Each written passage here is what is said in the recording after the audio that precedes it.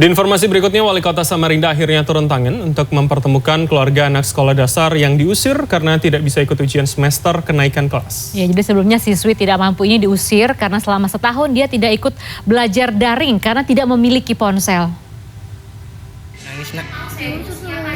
Diusir, makanya Om kaget. Minggu lalu, MD murid kelas 3 SD ini mengalami trauma dan tidak mau sekolah lantaran telah diusir wali kelasnya saat akan mengikuti ujian semester kenaikan kelas.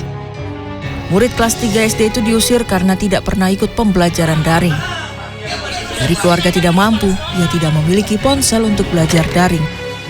Senin kemarin, Wali Kota Samarinda, Andi Harun, akhirnya turun tangan untuk mempertemukan MD dengan Rusmawati, wali kelasnya yang telah mengusirnya.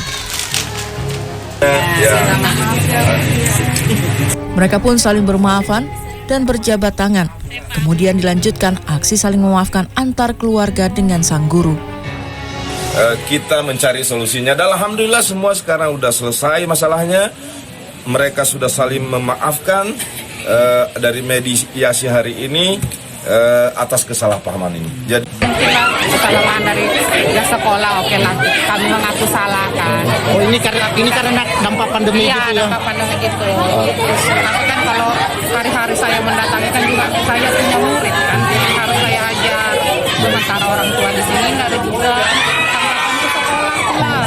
Kalau memang ada masalahnya kan tanyalah saya. Murid itu sejak 3 tahun sudah tidak memiliki ibu dan sekarang dirawat bibinya karena ayahnya berada di lembaga permasyarakatan. Munawaroh, tante yang merawat MD gembira, persoalan yang menimpa keponakannya telah selesai. Ia pun meminta maaf kepada pihak sekolah atas kesalahpahaman ini. Suryatman, Samarinda, Kalimantan Timur. Dan beralih ke informasi lainnya, seorang pensiunan guru agama di Sragen, Jawa Tengah tidak diakui sebagai pensiunan PNS. Bahkan saat berjuang mengurus surat pensiunan, dirinya justru diminta untuk mengembalikan total gaji dan juga sertifikasi selama 2 tahun senilai 160 jutaan rupiah.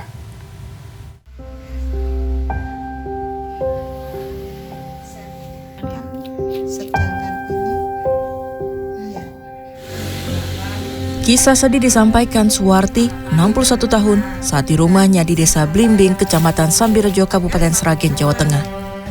Guru agama SDN 2 Jeti Sambirejo tersebut mengaku tidak mendapatkan surat keputusan pensiun sebagai pegawai negeri sipil saat memasuki masa pensiun di tahun 2021 lalu. Saat dirinya berjuang mengurus surat pensiun itu, justru diminta mengembalikan gaji dan sertifikasi dengan total 160 juta rupiah. Diketahui Suwarti tahun 2014 dirinya diangkat menjadi CPNS dan diangkat menjadi PNS pada 2016 dengan penempatan di SDN 2 Jeti Sambirejo sampai pensiun di umur 60 tahun pada 2021 lalu. Persoalan muncul saat dirinya tidak diakui sebagai guru, namun hanya sebagai tenaga pendidik dengan batas usia pensiun 58 tahun. Suwarti berharap SK pensiun dirinya keluar serta tidak diwajibkan mengembalikan gaji yang telah diterimanya. 58 padahal saya kerja sampai 60 tahun. Jadi kan yang 2 tahun itu yang suruh mengembalikan gitu. Belum ke dinas, saya terus matur kepada Bapak anggota DPR untuk yaitu terjadinya seperti itu. Ya, saya mohon. Menanggapi hal tersebut, Bupati Sragen Kustinar Untung Yuni Sukawati sudah mengirim surat ke Badan Kepegawaian Negara.